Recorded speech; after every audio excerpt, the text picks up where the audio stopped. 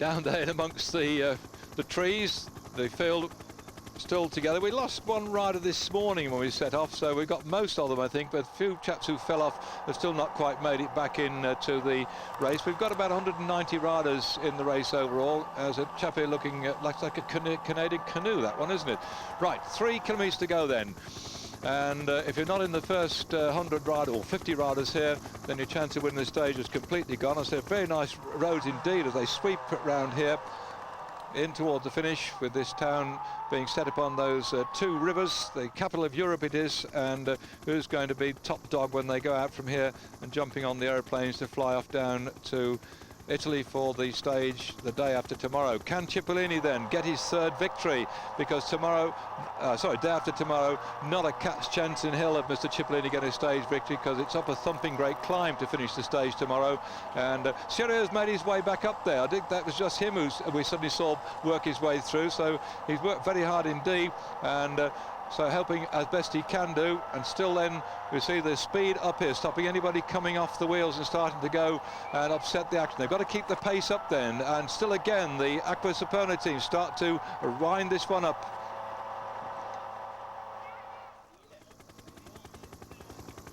Just hearing a bit over the headphones about what's happening back there, but you can see on the front then those rainbow jerseys, 1, 2, 3, 4, sorry, zebra jerseys, 1, 2, 3, 4 of them.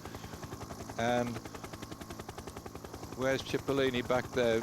Bit difficulty picking out his magenta jersey, being mixed amongst the colours of the Telecom squad. So Acqua Saperna Continentale is still working. There, the yellow jersey, well, let's get back again, please. Oh, no, some bit of arguments going on down there. I've seen McEwen, and he's tracking after Guidi, and yes, just in front of me is Cipollini. Whoops, there we are. Then Guidi pushes down McEwen, and McEwen tries to come on the inside, does just that. Cipollini still lying in 3rd spot behind his 2 teammates. So McEwen now jumps on his wheel. Guidi then in the yellow into 3rd spot behind Cipollini. So 2 riders from Acqua Saperna Continentale, followed by Cipollini. Then in the white with the green and the yellow bands is McEwen. Behind him is Guidi. Those riders then, 1, 2 and 3. Where's Stratzer coming up? Stratzer in fact is on Guidi's wheel too as well. So you've got the good mixture here. Where's Honda in the pink for the Telecom team? He's fading a little bit towards the back. Can't see Brown in the orange at the moment for Panaria team, leaving a bit late to get up to those front riders who are going to settle this one here. The last sprint we're going to have before we get into the mountains. That today, it will be a day after. The day after that, up to the mountains. And then coming through here, the setup, who's going to get this one then? Still Cipollini trying hard on the front to get the stage victory. And into Giro then, Stratzer is in the blue jersey, not in the not in the Phonak jersey, so he's a bit late coming through as Lombardi starts to ride hard. We've seen this so often, Lombardi in the past. Lombardi's still on the front. Cipollini starts to go on his wheel. In fact, Brown's got on to McEwen's wheel. McEwen's coming past Cipollini. On the inside, Brown goes for it. Cipollini, sorry, Cipollini. I think it went to McEwen. Cipollini and Brown was probably 3rd. Well, McEwen launched himself into space, but Cipollini might have been first. We shall wait and see. Let's look again in slow motion on that one, but very close between Cipollini and McEwen. Brown probably back into 3rd spot. Wait for the action replay of that one then. My goodness, what a sprint finish that was too, between those specialists at the art of going down that finishing straight at 40 miles an hour plus. Let's wait to see that one, because they were pushing, shoving, jump. There we are. Well, McEwen might have got it. McEwen's got it. Dad's done it.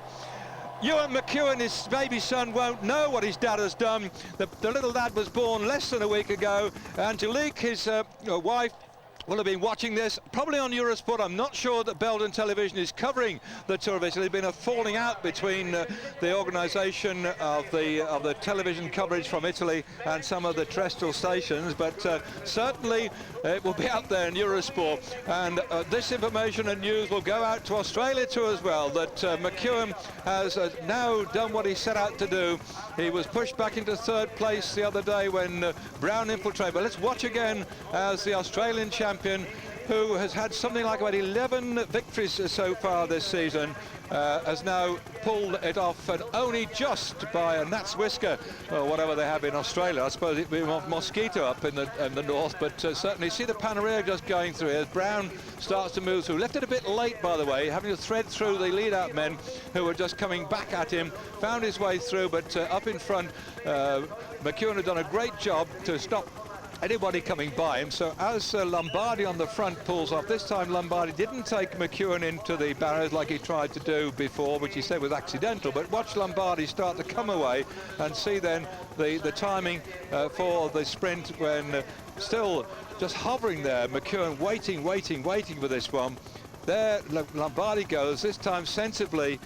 McEwen stays in the slipstream of Cipollini, moves out there because that is an advantage to be behind the big bloke, and McEwen, a little diddy fella, comes surging past here, and this is the way it's all done. This is how they've done when they throw their bikes to the line. He's just got the effort here. Look at this. Oh, wow! Both of them flattened, and it was that thrust from McEwen that put him across the line just ahead of Cipollini.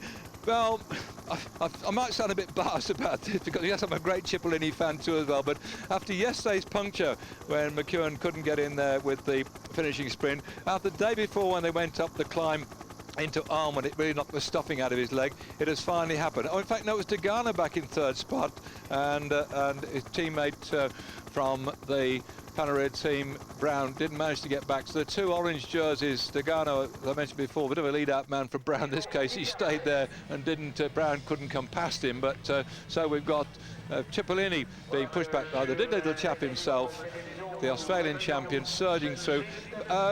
Early on this year, McEwen just going for the line here. He got that Australian Championship, which is about, I think, January the 5th or 6th, I think it is. Most of the other chaps wearing the national jerseys got them back end, well, middle of last year, just about the back end of June. But the jersey that McEwen's wearing, the Australian jersey, decided because their summer is through our winter. So in January, it's still at the height of the summer as far as they're concerned. So McEwen, you see his bronze body here, having raced through there. And he had a bit of a break after the Pyrenees. He was telling me that he'd ridden so hard up to the Pyrenees. On this occasion, he's managed to crack that one. And there'll be smiles back at home then.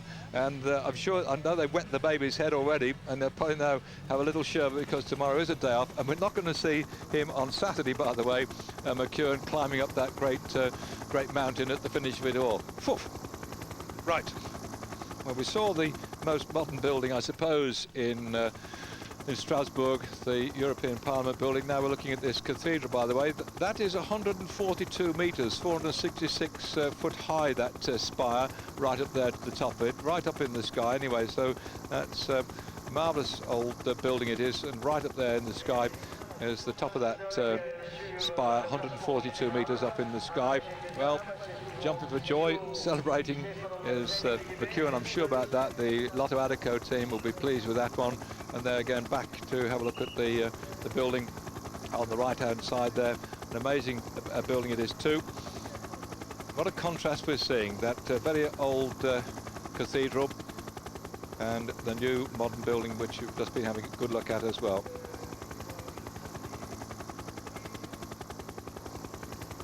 What a contrast. Taking his bouquet as the Australian champion, and Lotto, well, there's a good advertisement for Lotto too. I've seen some great advertisements, by the way, for Lotto back in Great Britain, but this is a different Lotto. This is the Belgian Lotto. It's an Australian riding for Robert McEwen then. His little son Ewan, we won't know what's happening now, but I'm sure they'll show an action replay of this many years to come when he grows up and understands what Dad was doing when he was born. In fact, McEwen went back on the aeroplane because the baby wasn't due for another, a week from now, but he arrived a bit early, and on that particular occasion in the sprint today, this man also arrived a bit earlier than Cipollini to get the victory. The young boy, 2.9 kilograms in weight and 49 centimetres in length, is so I